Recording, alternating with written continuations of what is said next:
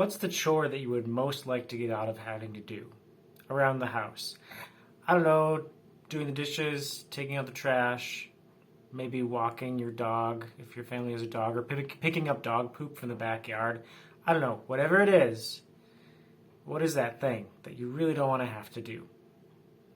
And maybe if you could call like, hey, not it, not my job, somebody else, you do that. I think we'd all feel that way about some things, and maybe wish that there was someone else that we could make do them for us, like if we had servants or something. Well, I think it was kind of true for Jesus' disciples too. Last week we talked about when Jesus washed his disciples' feet, and if you haven't watched that, I would encourage you to go back and watch it.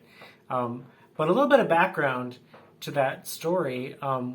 We're in the Gospel of John, but in the Gospel of Luke, it says that in this very same sort of time period, the disciples were having an argument with each other about who was the greatest among them.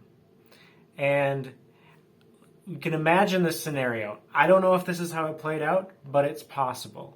As we mentioned last time, the washing of feet was the least desirable job. If you had a servant, the servants would do it, but the disciples weren't the kind of folks that had servants, so they probably had to trade that job among each other. And you can imagine them arguing about who's the greatest, and then getting to be the foot washing time when they had to come inside and get everybody's feet washed, and maybe nobody wanted to do that task. They all called not it. And finally Jesus does it, and they're all super embarrassed because he's their master and Lord, and he's doing it for them. So that happens, and now we're going to keep going in chapter 13 of John, verses 12 through 20. So when he had washed their feet and put on his outer garment and resumed his place, he said to them, "Do you understand what I have done for you? You call me teacher and Lord, and you are right, for so I am.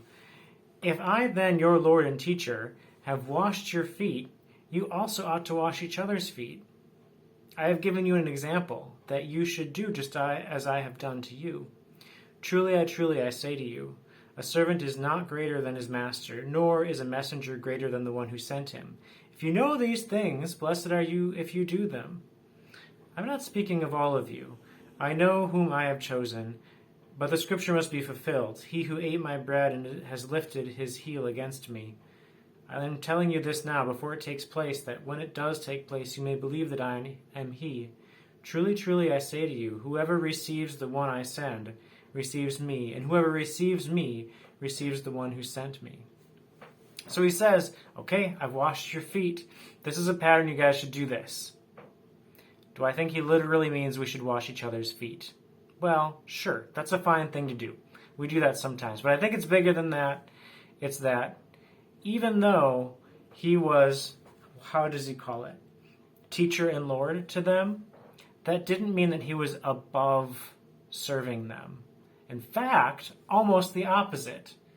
That in Jesus' thinking, being great meant being great at serving and at loving, and not making someone else do things just because you don't want to do them, and not putting yourself, that to be great wasn't just to have authority over other people, even though, as we know from the Bible, at his feet every knee will bow. He is going to be Lord of all. But for him, and thus he says for us, that's about love and about service, not just about feeling important or having power over other people. So, there's something else here. Who was within that group that got their feet washed by Jesus? Well, Judas was still with them. So I think this is kind of amazing that Jesus' love and service even extended to the one that he knew was going to betray him. And that's kind of incredible. So he wanted to warn them, because it was going to be a shock, that they were going to be betrayed. So I'm telling you beforehand, this is going to happen. But knowing that whoever receives the one I send receives me, and whoever receives me receives the one who sent me. So he's already preparing them to go out and do what he has done, to go out and be his representatives. And part of being his representative includes serving others and having a different idea of what it is to be great. Being great not by, as he says in some translations, lording it over people, or just being important or thinking you're important, but by serving is how Jesus measures greatness.